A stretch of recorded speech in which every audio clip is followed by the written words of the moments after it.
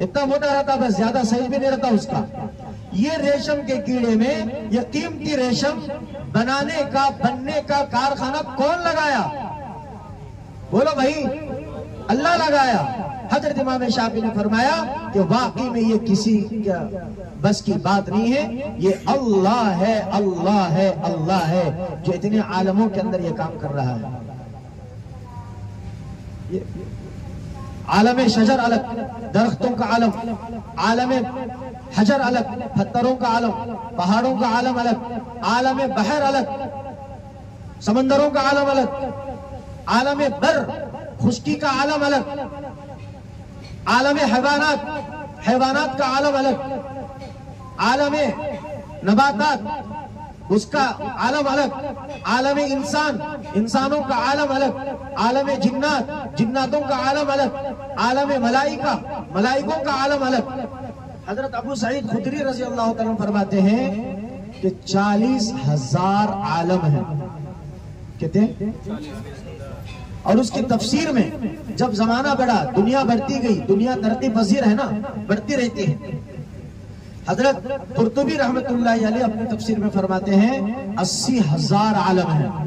کہتے ہیں بھائی؟ اس وقت کی بات ہے، 80,000 عالم ہیں. ہر ایک عالم کی کیفیت الگ، ہر ایک عالم کی حالت الگ، ہر ایک عالم کی غذا الگ، ہر ایک عالم کے مخلوق کی غذا الگ. اللہ اکبر. 80,000 سے زیادہ عالمیں ہیں. ان عالموں میں بسنے والوں کو غذا کون دیتا ہے بھائی؟ اللہ دیتا ہے. ہماری غذا الگ ہے نا بھائی. بھینس کی غذا انسانوں کی غذا ایک ہی ہے نہیں نا؟ کتوں کی غذا اور بھینسوں کی غذا ایک ہے. بھینس گھاس کھاتی، کتا گھاس کھاتا. ارے بولو. بلی گھاس کھاتی، کتا ہڈا چاقو کھاتا، بلی کھاتی گوشت کھاتی، دودھ پیتی، دہی کھاتی. اصل میں دیکھیے انسان جو غذا کھاتا ہے نا، ہم لوگ جو کھانا کھاتے ہیں نا، جو غذا کھاتے ہیں، اس سے بھی انسان کے غذا کھانے سے بھی لاکھوں درجے، لاکھوں گنا زیادہ عالم حیوانات. حیوانات کا عالم وہ ہے جو روزانہ ایک ایک حیوان، ایک ایک جانور لاکھوں ٹن غذا کھاتا ہے. لاکھوں ٹن کھاتا ہے. کون پہنچا رہا ہے؟ سب کی غذا الگ. بھینس کی غذا الگ، گائے کی غذا الگ، بکرا بکری کی غذا الگ، بلی کی غذا الگ، انسانوں کی غذا الگ، جناتوں کی غذا الگ. 80,000 سے زیادہ عالموں کے مخلوق کی غذا الگ الگ ہے اور روزانہ ان کو غذا پہنچاتا ہے. اور انسان صرف 2 روٹی صبح میں کھاتا ہے، 2 روٹی دوپہر میں کھاتا ہے، 2 روٹی رات میں کھاتا ہے. بولو نہیں بھائی زیادہ نہیں کھا سکتا، گیس مار دیتا. کیا ہوتا ہے؟ زیادہ نہیں کھا سکتے، اب بس کر دو بھائی، گیس ٹیبل پیدا ہو جائے گا. اللہ اکبر. 2 وقت کی 2 روٹی، 2 روٹیوں کی وجہ سے انسان مارے مارے پھرتا ہے، صبح سے شام تک پسینہ بہاتا ہے، بینک بیلنس جمع کرتا ہے اور ذخیرے جمع کرتا ہے، پراپرٹیاں تیار کرتا ہے کہ میں کھاؤں تو میں نہ جمع کروں تو میرے بچے کیسے کھائیں گے، میرے پوترے کیسے کھائیں گے، نواسے کیسے کھائیں گے. ارے اللہ کے بندو انسانوں، تم دو وقت کی اور 2 ٹکڑوں کی روٹی کی وجہ سے اتنا سب کر رہے ہو. ہمارے سے بھی زیادہ لاکھوں ٹن روزانہ کھانے والی مخلوق ہے. ان کا کیا بینک بیلنس ہے؟ انہوں نے کیا ذخیرہ جمع کیا؟ کون سی بینک میں ان کے اماؤنٹ جمع ہے؟ کون سے ان کا جو ہے پراپرٹیز ہیں جن کے کرائے آتے ہوں، بھاڑے آتے ہوں اور اس کو استعمال کر کے وہ کھاتے ہوں. لیکن اللہ کھلا رہا نہیں کھلا رہا؟ کھلا رہا ہے، برابر کھلائے گا. حضرت سلیمان علیہ السلام نے اللہ سے درخواست کی، کیونکہ سلیمان علیہ السلام کی طاقت سب پر تھی، ہوا پر تھی، پانی پر تھی، جناتوں پر تھی، پرندوں پر تھی، جانوروں پر بھی تھی. جو بھی بولتے تو جنات بھی سنتے تھے. ہوا بھی پھلٹنا ہو تو پھلٹ جانا. یہ ہوا ادھر جاری، کہا کہ مشرق کی طرف نہیں مغرب کی طرف چل، تو ہوا پھلٹ جاتی تھی. اتنی بڑی طاقت دیا تھا داؤد علیہ السلام کے بیٹے سلیمان علیہ السلام نے. حضرت سلیمان علیہ السلام نے کہا کہ اللہ میں تیرے مخلوق کو، مچھلیوں کو کھانا کھلانا چاہتا ہوں. اللہ نے کہا کہ سلیمان یہ تیرے بس کی بات نہیں ہے، یہ تیری طاقت کی بات نہیں ہے، نہیں کھلا سکتا، تیرے پاس اتنی طاقت نہیں ہے. سلیمان علیہ السلام نے کہا کہ اللہ میں کھلاؤں گا ضرور، تو مجھے موقع تو دے. اللہ نے کہا کہ نہیں. سلیمان نے گھگایا، اللہ نے کہا کہ نہیں. بہرحال منتوں سماجتوں کے بعد اللہ نے کہا کہ ٹھیک ہے سلیمان تم جاؤ، کھانے کا انتظام کرو. اب سلیمان علیہ السلام ہر طرف کے انسانوں کو بلایا، جناتوں کو بلایا، دنیا کے لکڑیوں کو جمع کیا، دنیا کے بھگونوں کو، دیگوں کو تیار کیا، ٹنوں ٹن کلومیٹروں تک دور تک بھگونے ہی بھگونے نظر آئے، جہاں تک نظر جائے وہاں تک۔ اللہ سے کہا کہ اللہ تیار ہے دعوت، دسترخوان بچھا ہوا ہے، اب تیری تو کون سی مخلوق کو بھیجتا بھیج دے، اب ہم کھلانے کے لیے تیار ہیں، ہم مہمان نوازی کرنے کے لیے میزبان تیار ہیں۔ اللہ نے کہا کہ سلیمان جلدی مت کر، جلدی مت کر، ابھی دیکھ آئے گی میری مخلوق۔ اللہ نے حکم دیا، اللہ نے حکم دیا کہ اے سمندر کے مچھلی، ایک مچھلی جا نکل باہر سمندر سے، سلیمان نے تیرے کھانے کا انتظام کیا ہے۔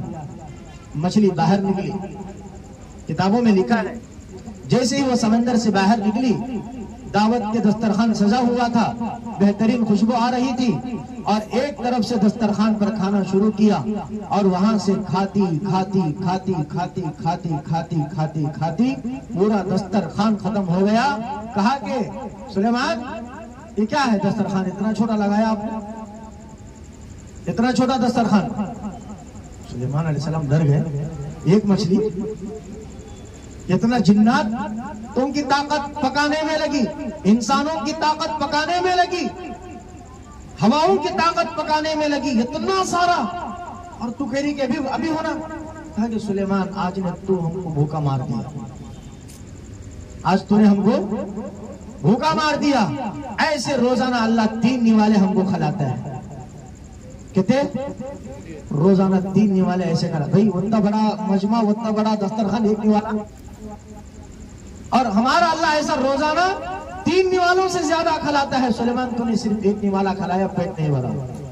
اب سوچو بھائی، سلیمان علیہ السلام شرمندہ ہوئے، فرمایا کہ اللہ میں توبہ کرتا ہوں، استغفار کرتا ہوں، میری بس کی بات نہیں ہے، بلکہ پوری دنیا میں کسی کے بس کی بات نہیں کہ تیرے مخلوق کو کھلائے۔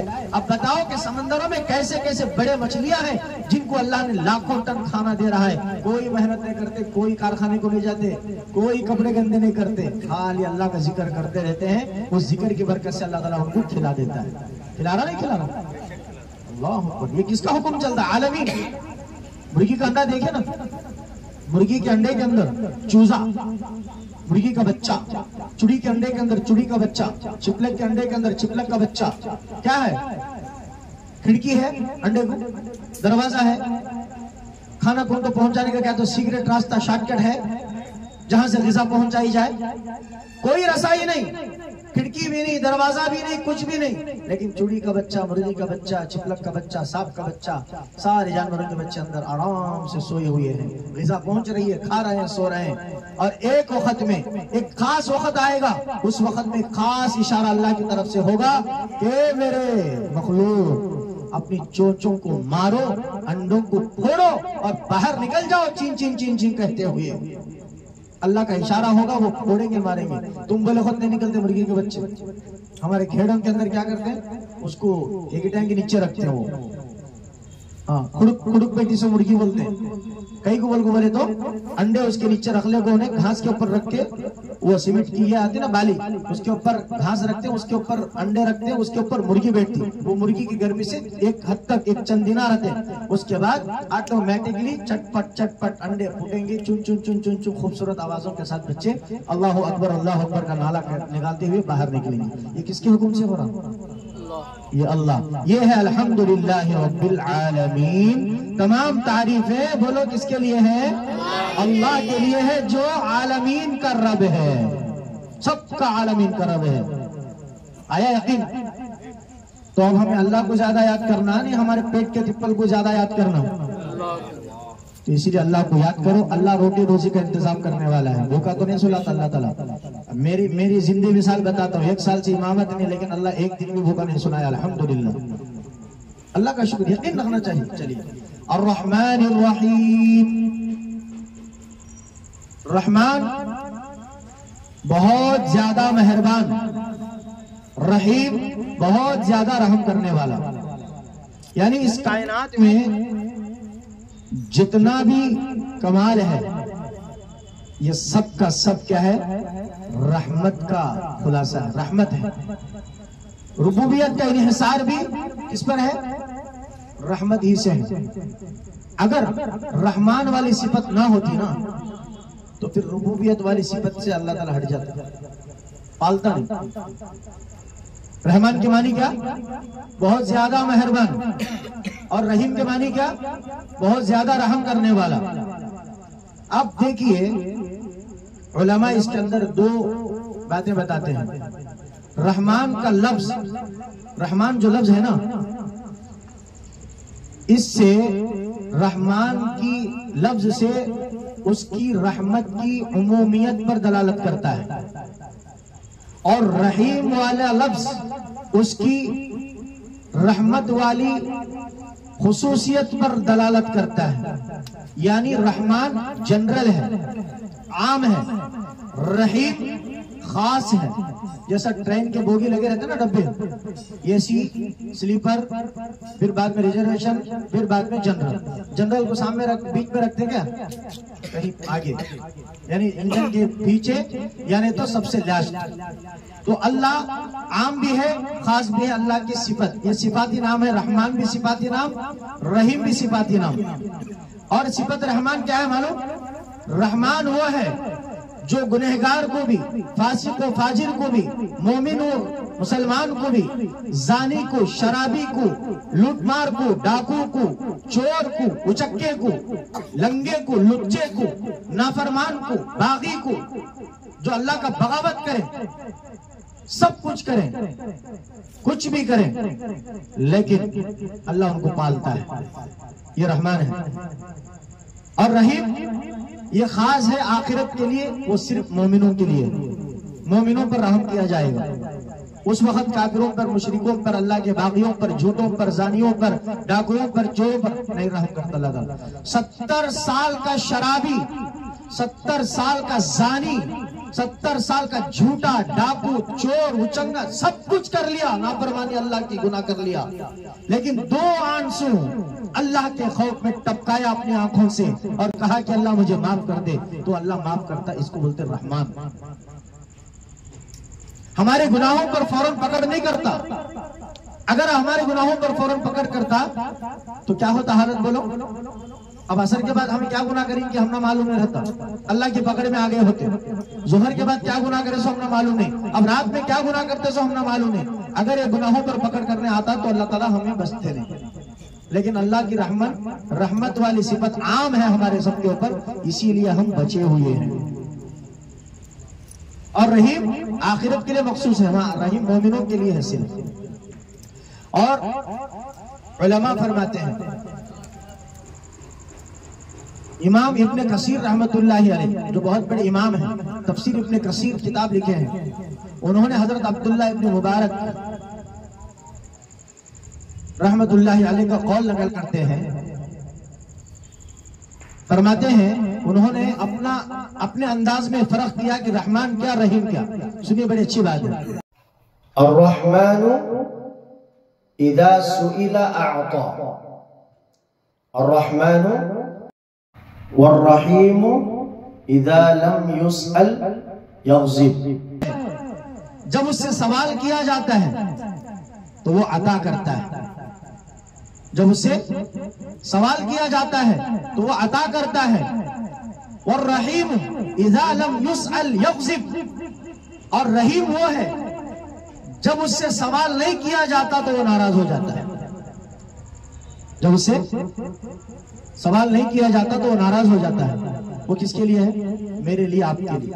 اب پوری دنیا کے لوگ سوال کریں اللہ سے، کافر آیا، مشرک آیا، اللہ کو نہیں مانتا، اللہ نہیں بولا انہیں، لیکن بولا کہ اللہ مجھے دے، تو اللہ دے ڈالتا اس کو، پوچھے تو دیتا۔ لیکن یہاں اللہ تعالیٰ نہیں پوچھے تو ناراض ہوتا۔ یہ دونوں صفتیں اللہ تعالیٰ کی۔ سمجھ میں آئی ہوئی بات؟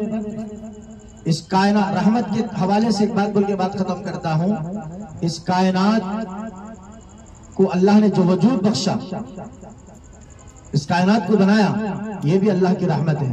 سورج کی روشنی اللہ کی رحمت ہے، چاند کی چاندنی اللہ کی رحمت ہے، دن و رات کا نظام، یہ شب و روز کا چلنا نکلنا، دن آیا تو رات چلے گئی، رات آئی تو دن چلا گیا، یہ اللہ کی رحمت ہے۔